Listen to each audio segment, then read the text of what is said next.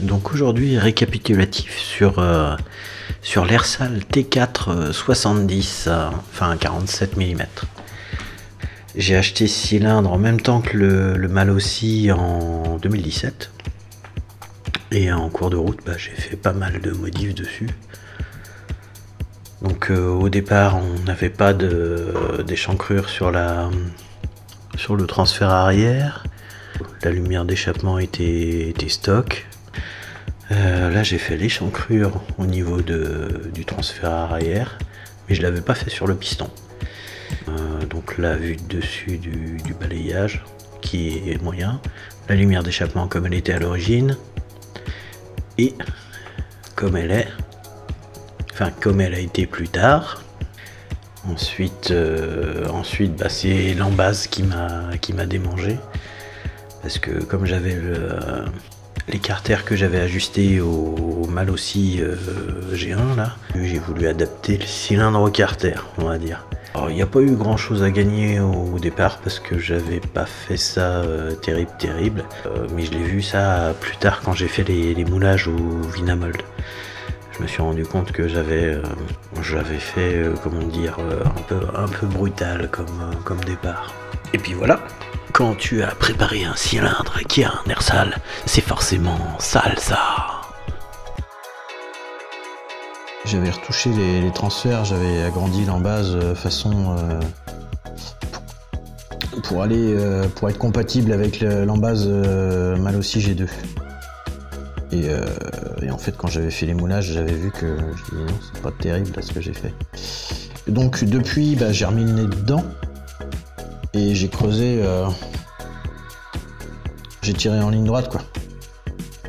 Enfin, du moins j'ai essayé. Et puis là, je vais avoir confirmation ou non avec les moulages. J'ai aussi réélargi un tout petit peu l'échappement. Je l'ai pas remonté. Taillé le piston pour faire le troisième transfert. Même si en regardant les moulages, là, attends, c'est lequel? Oui, c'est celui-là. Je me suis aperçu que ça, c'est les moulages du transfert arrière. Faudrait passer un papier de verre sur l'intérieur en fait. Faudrait passer un papier de verre de ce côté là et puis râper tranquillement cette partie pour casser cette arête. Donc après sur le reste de la forme j'ai pas pu faire grand chose. J'ai creusé un petit peu à gauche à droite, c'est la surprise, et puis j'ai rabaissé ici pour que là, transfert tout juste ouvert, et du coup on se retrouve ici avec le piston largement ouvert, pour que quand le piston continue de descendre, ça continue d'alimenter. Mais c'est surtout au moment de l'ouverture que je veux que ça carbure. Donc ça, l'échappement qui a été un tout petit peu revu, mais j'avais prévu de faire des trucs plus gros, 60% de l'alésage, 68% j'avais trouvé aussi.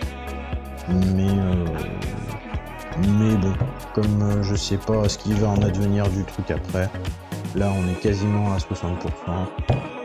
Allez, banco. Ouais.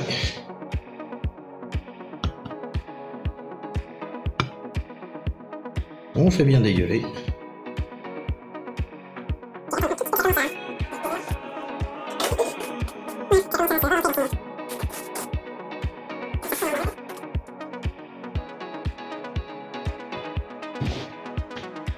Et là, je remets une deuxième couche.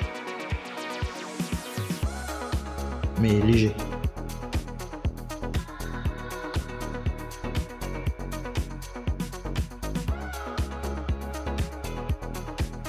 Oui, il faut peut-être que je vous montre quand même. Du coup, ce que j'ai fait sur les transferts, cette petite pente qui était bof. Du coup, ça a été modifié. Maintenant, elle est plus, on est plus rectiligne. Alors, est-ce que c'est mieux? J'en sais rien. J'en sais strictement rien. Ce que je sais, c'est qu'il y a plus de volume, ce qui n'est pas forcément bien. Il est où mon doigt? Ah, cette partie-là qui était un petit peu n'importe quoi, cette partie trompette là.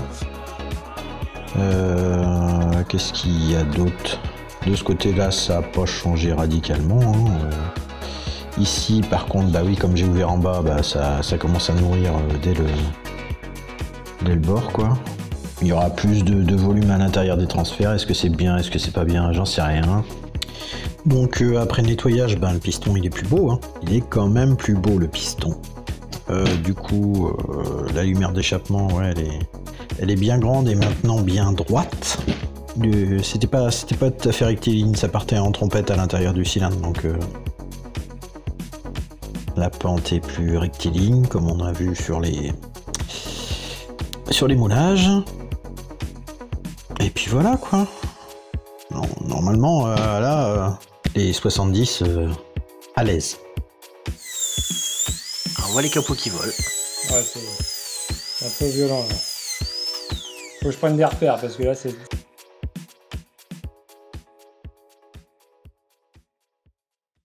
Ça, CNC, alors que c'est marqué commande numérique, bordel. CNC, c'est en anglais. Pas besoin d'anglicisme. On n'est pas chez Body Minute ici.